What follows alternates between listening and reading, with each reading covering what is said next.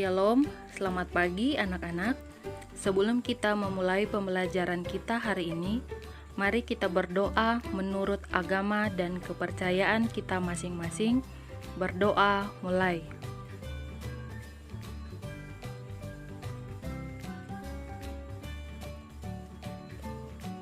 Berdoa selesai.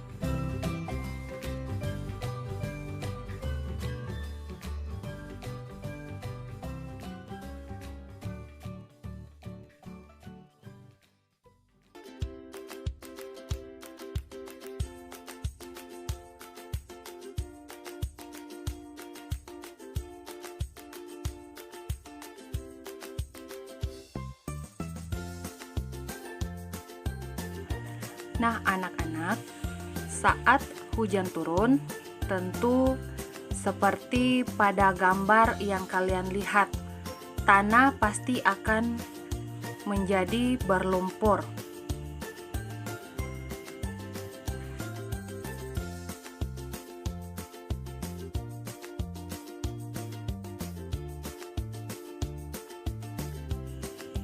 Kira-kira sepatu mana yang akan kalian pilih untuk melewati jalan tersebut?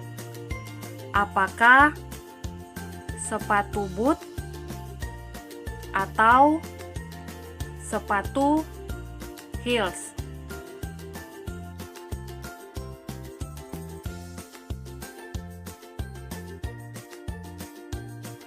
Nah, anak-anak, hari ini kita akan mempelajari tentang tekanan zat dan penerapannya dalam kehidupan sehari-hari.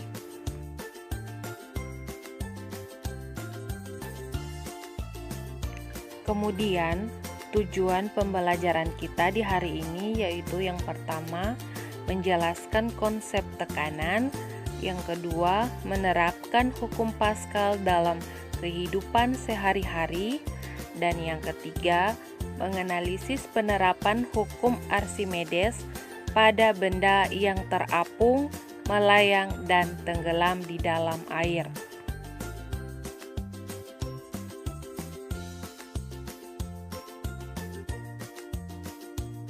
Nah, anak-anak, tekanan adalah gaya yang bekerja pada suatu permukaan tertentu. Tekanan dibagi menjadi 3, yaitu yang pertama, tekanan zat padat, yang kedua, tekanan zat cair, dan yang ketiga, tekanan zat gas.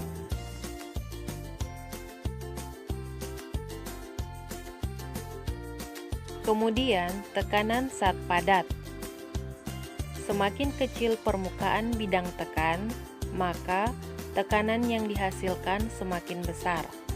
Sebaliknya, bidang tekan yang lebar mengakibatkan tekanan semakin kecil. Secara sistematis, tekanan zat padat dapat dirumuskan dengan P sama dengan F per A, di mana P sama dengan tekanan satuannya Newton per meter pangkat 2 atau Pascal, F sama dengan gaya satuannya Newton, dan A sama dengan luas permukaan bidang tekan satuannya meter pangkat 2.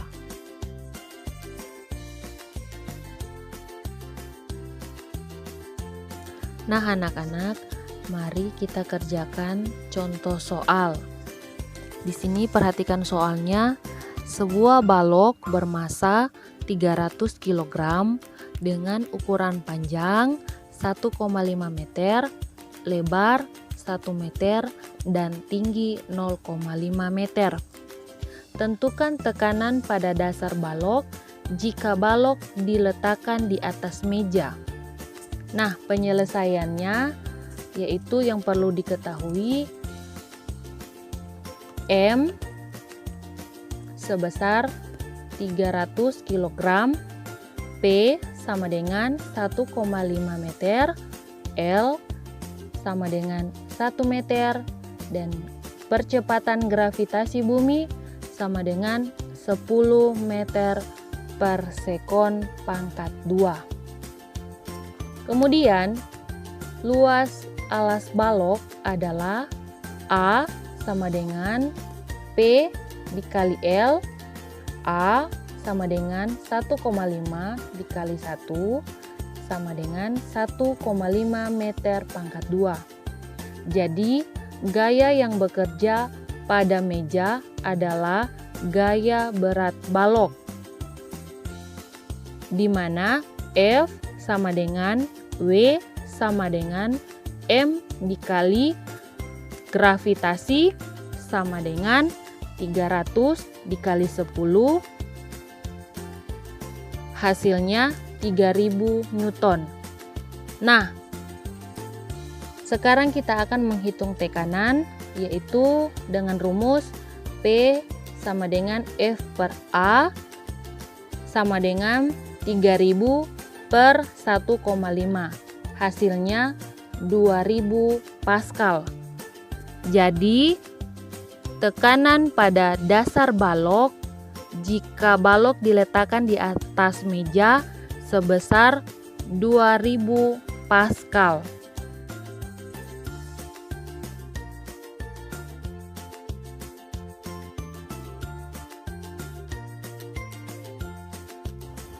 Nah, anak-anak, sekarang yang kedua yaitu tekanan zat cair, di mana tekanan zat cair dibagi menjadi 3, yaitu yang pertama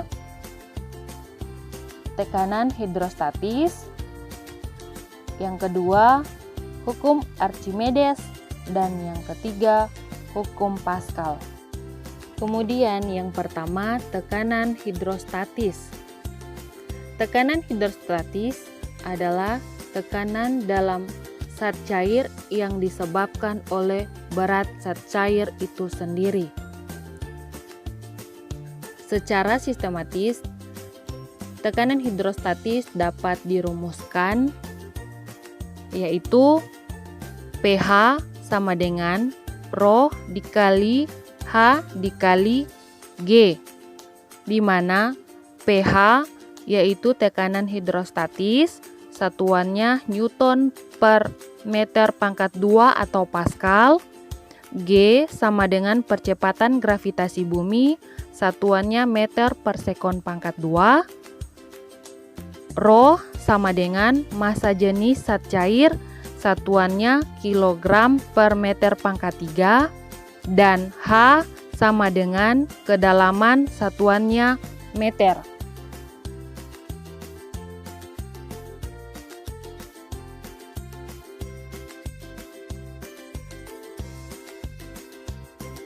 Anak-anak, mari kita kerjakan contoh soal sebagai berikut. Perhatikan soalnya. Sebuah teko berisi sirup setinggi 15 cm. Tentukan tekanan hidrostatis di dasar teko. Anggap massa jenis sirup sama dengan massa jenis air, yaitu 1000 kg per meter pangkat 3, dan percepatan gravitasi bumi 10 meter per sekon pangkat 2.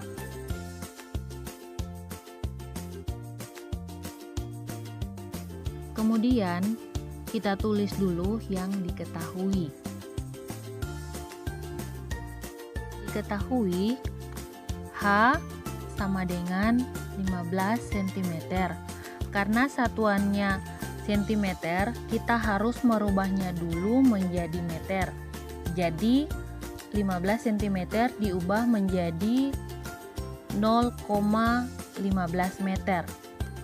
Kemudian Rho sama dengan 1000 kg per meter pangkat 3. Percepatan gravitasi bumi 10 meter per sekon pangkat 2. Nah, yang ditanyakan yaitu pH atau tekanan hidrostatis. Seperti rumus yang sudah kita pelajari, pH sama dengan Rho dikali G dikali H. Nah, kita masukkan nilainya 1000 dikali 10 dikali 0,5, hasilnya 1500 Pascal. Jadi, tekanan hidrostatis di dasar teko sebesar 1500 Pascal. Kemudian yang kedua, hukum Archimedes. Hukum Archimedes ditemukan oleh seorang ahli matematika. Kesimpulan dari penemuannya adalah jika benda dicelupkan ke dalam zat cair, maka benda itu akan mendapat gaya ke atas yang sama besar dengan berat zat cair yang didesak oleh benda tersebut. Nah, secara sistematis, hukum Archimedes dapat dirumuskan Fa sama dengan Rho cair dikali percepatan gravitasi dikali V cair, atau Fa sama dengan W udara dikurang W cair, di mana Fa adalah gaya Archimedes, satuannya Newton, W udara sama dengan berat benda di udara, satuannya Newton, W cair sama dengan berat benda zat cair, satuannya Newton, kemudian Rho cair sama dengan massa jenis zat cair, satuannya kilogram per meter pangkat 3, G sama dengan percepatan gravitasi, satuannya meter per sekon pangkat 2, dan V cair sama dengan volume air yang dipindahkan, satuannya meter pangkat 3.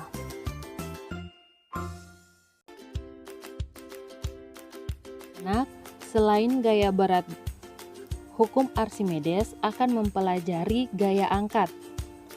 Dalam mempelajari gaya angkat, tidak terlepas dari pembahasan fenomena ketika benda dimasukkan ke dalam air seperti terapung, melayang, dan tenggelam. Nah, yang pertama yaitu tenggelam. Suatu benda bisa tenggelam dalam zat cair apabila berat jenis benda tersebut lebih besar daripada berat jenis zat cair. Kemudian yang kedua, melayang. Suatu benda melayang dalam zat cair apabila berat jenis zat tersebut sama dengan berat jenis zat cair.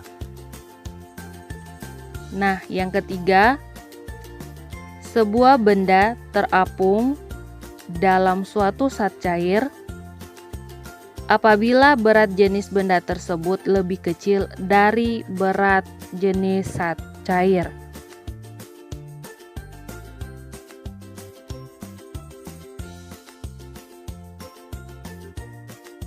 Nah, anak-anak, bagaimana dengan penerapan hukum Archimedes dalam kehidupan sehari-hari? Nah, yang pertama yaitu kapal laut. Kemudian yang kedua, jembatan poton. Ini biasanya digunakan untuk penyeberangan. Kemudian yang ketiga, balon udara. Dan yang keempat yaitu kapal selam. Kemudian prinsip kerja hukum Pascal, yaitu salah satu penerapannya alat pengangkat mobil.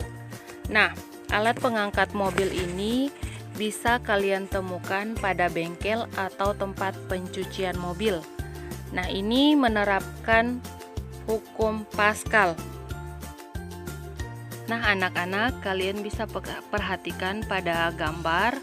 Di situ ada terlihat yang berwarna kuning. Wadah ini berisi cairan dan ada 2 piston.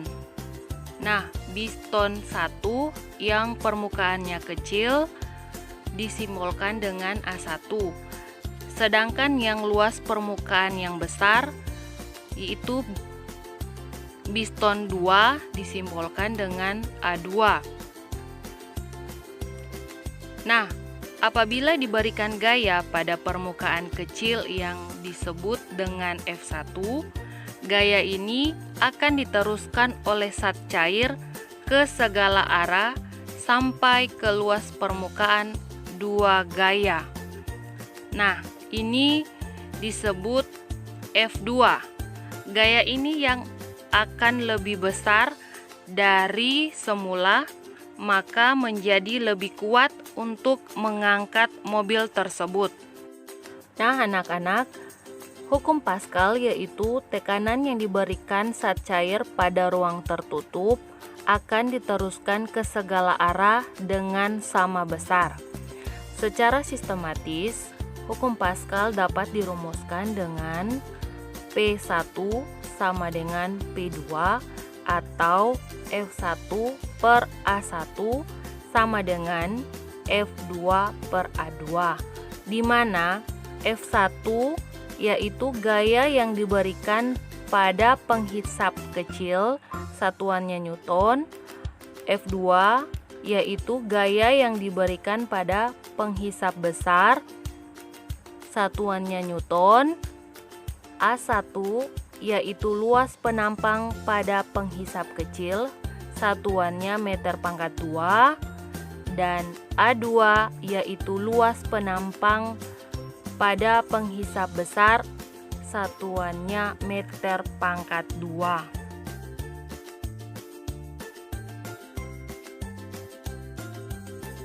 Selanjutnya, penerapan hukum Pascal dalam kehidupan sehari-hari,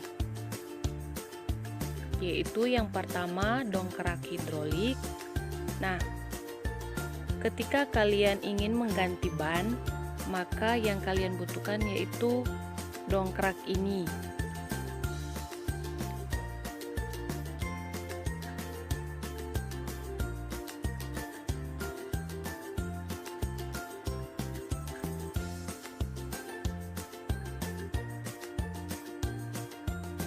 Kemudian yang kedua yaitu mesin hidrolik pengangkat mobil. Nah, sudah kita bahas bagaimana cara kerja mesin hidrolik pengangkat mobil ini.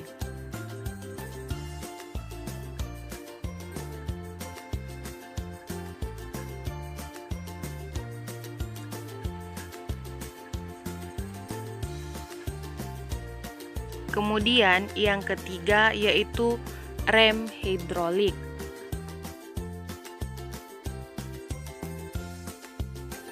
Kemudian yang terakhir yaitu tekanan zat gas. Tekanan udara dipengaruhi oleh ketinggian. Semakin bertambah ketinggian, maka semakin berkurang tekanan udara.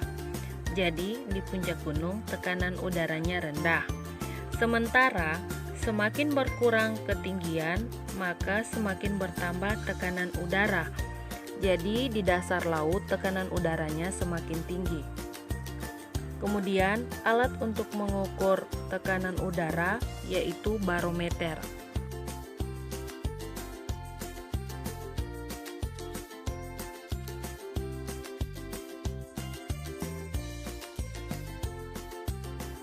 Selanjutnya anak-anak, menurut Torricelli, hubungan antara ketinggian dan tekanan udara adalah H sama dengan 76 cm Hg dikurang P barometer dikali 100 meter, di mana H yaitu ketinggian tempat, satuannya meter, dan P barometer yaitu tekanan yang terbaca pada barometer.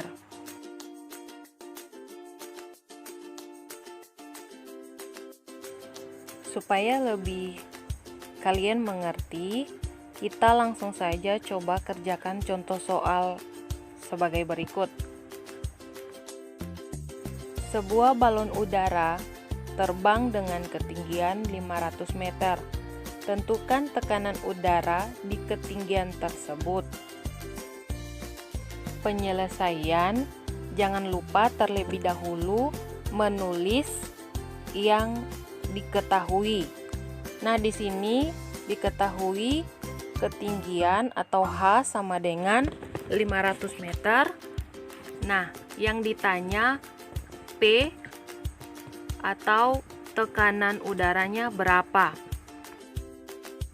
Jawab seperti rumus yang tadi kita pelajari, yaitu H sama dengan 76 cm Hg dikurang P barometer dikali 100 meter. Nah, kita masukkan nilainya. 500 sama dengan 76 dikurang P dikali 100. 500 per 100 sama dengan 76 dikurang P. P sama dengan 76 dikurang 5. Hasilnya 71 cm Hg. Jadi, tekanan udara di ketinggian tersebut yaitu 71 cm Hg. Nah, anak-anak, sebelum kita mengakhiri pembelajaran kita di hari ini, di sini ada tugas yang perlu kalian kerjakan, yaitu tentang menyelidiki pengaruh tekanan udara. Nah, perhatikan kedua gambar di samping. Gambar pertama terlihat sebuah gelas berisi air yang ditutup dengan kertas. Kertas tersebut lalu dibalik posisinya dan terjadilah seperti pada gambar kedua. Cobalah mempraktikkan aktivitas seperti pada gambar. Mengapa kertas tidak jatuh? Nah, selanjutnya laporkan hasil kegiatanmu pada guru. Demikian pembelajaran kita di hari ini. Sampai bertemu pada pembelajaran selanjutnya. Terima kasih.